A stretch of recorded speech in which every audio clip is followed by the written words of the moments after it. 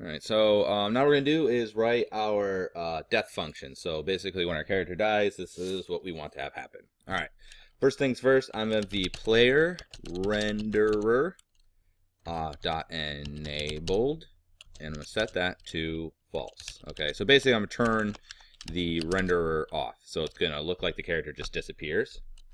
Then I'm gonna take the player spawn POS dot x. I'm going to give it the value of transform dot position dot x plus, oops, sorry, plus let me look here real quick. Okay, so let's say they fall here. If I move 3, that's enough. We'll do 3 plus 3. Okay, and then I'm going to do player spawn POS dot y, and make that equal to 5. Okay.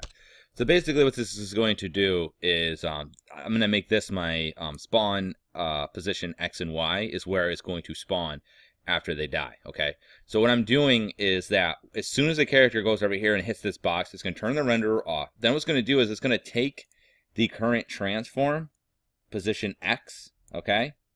So wherever it is this way, it's going to store that plus 3. So let's say he dies here, and then plus 3 units. So it'd be 1, 2, 3. And that's just to make sure if the character comes down here and I just make it exactly where they just died, they'll start up here and just fall down again. They won't have a chance to live.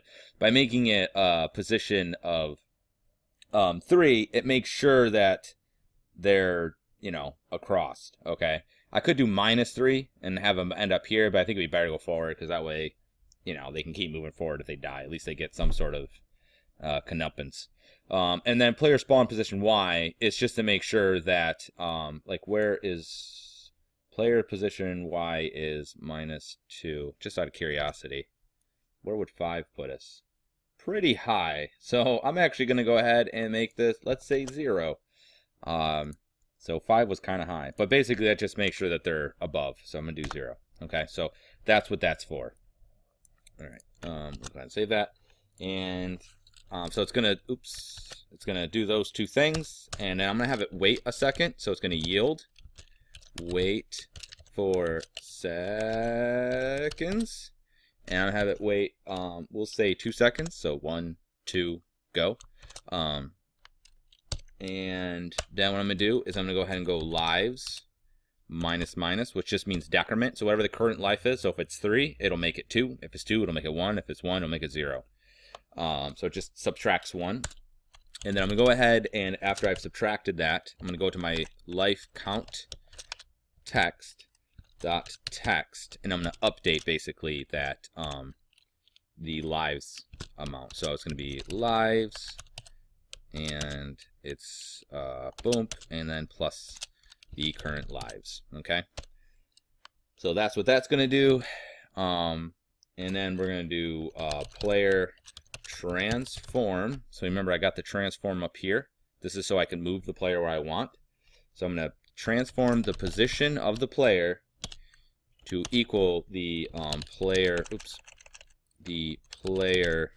spawn POS, which I got from up here. Okay, so this is going to put it where I put up here.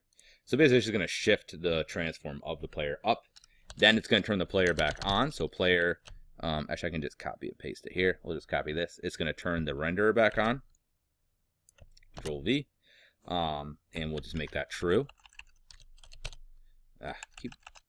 Dyslexic or something. Okay, and then we're gonna do one last thing.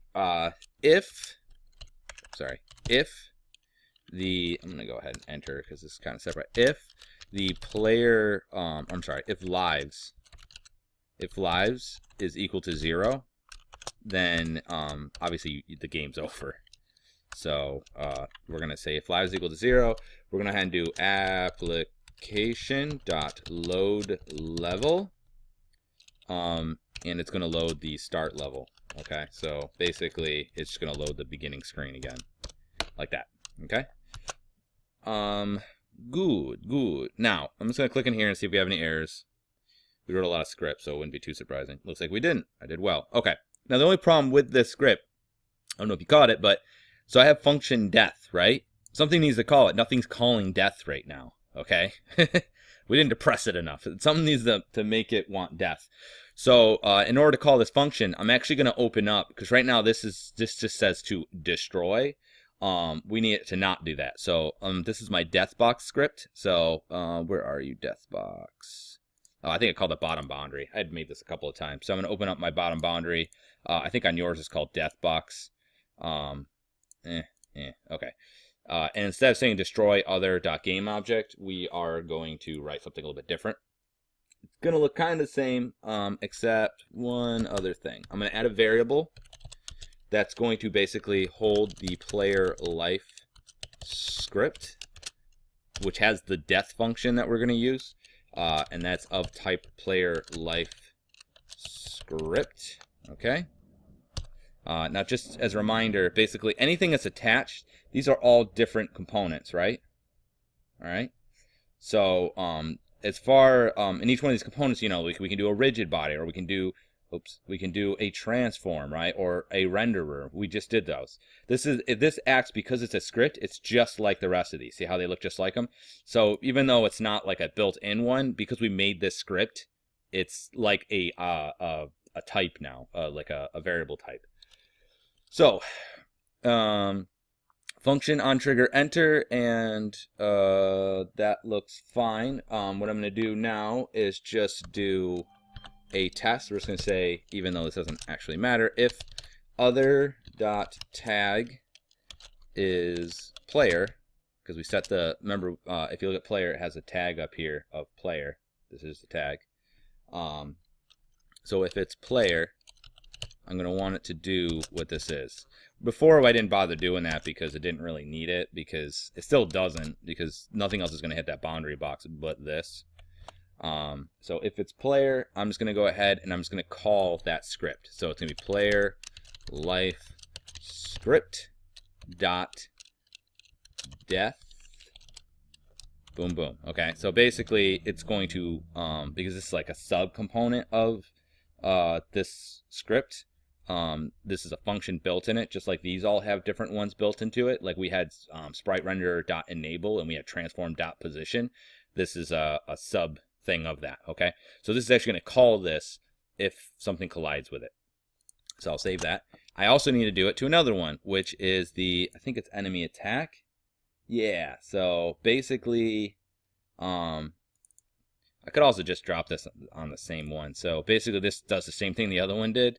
So if you look at that and this, you can see it's pretty similar. So I'm just going to go ahead and take this, and we're going to copy it, and I'm just going to paste it here. So basically it's the same boundary. The bottom kill box and the enemy are going to be the same thing. So I'm going to save this and save this. And now what I'm going to do is select this, select the script, select this, and you can see it's looking for the player life script. So I'm going to drag player onto it, because that's, if you look, that's where the script is attached to, player life script. So now that's attached to the death box here. And also on my enemy, let me see, boom, it's going to look for attacker 1. Okay, so you see it also needs player life script, so I'm going to go ahead and attach the player there. And I actually have 2 on this one because I did this a little bit different. All right, so now those will also call that script. Okay, now if I hit play, what you'll see is on the top says how many lives I have. Now if I say I can't take it, it's going to spawn me, you know, a couple of units above, and you'll see that it's going to go 3 units to the right to make sure. Oh, and it trapped me right on top of the guy, so that was unlucky. Oh no, it didn't turn me back on, so that's sort of disappointing. I'm not sure why that would happen. Curioso. So let's go ahead and say I die. And it's not turning back on. That's weird. Okay, so I'm just gonna skip that for now. But you'll see, like, basically if I die, it'll say lives 3 should become 2. Sets me up here, which is nice. And then if I die again, oh no, and I die, and it goes back to start, and I hit start, and then we're good to go again. Okay. And that's basically it. I'm not sure exactly why that's happening. I'm gonna look that up to see what's going on there. Because it should do the same thing regardless of the thing, but we shall see.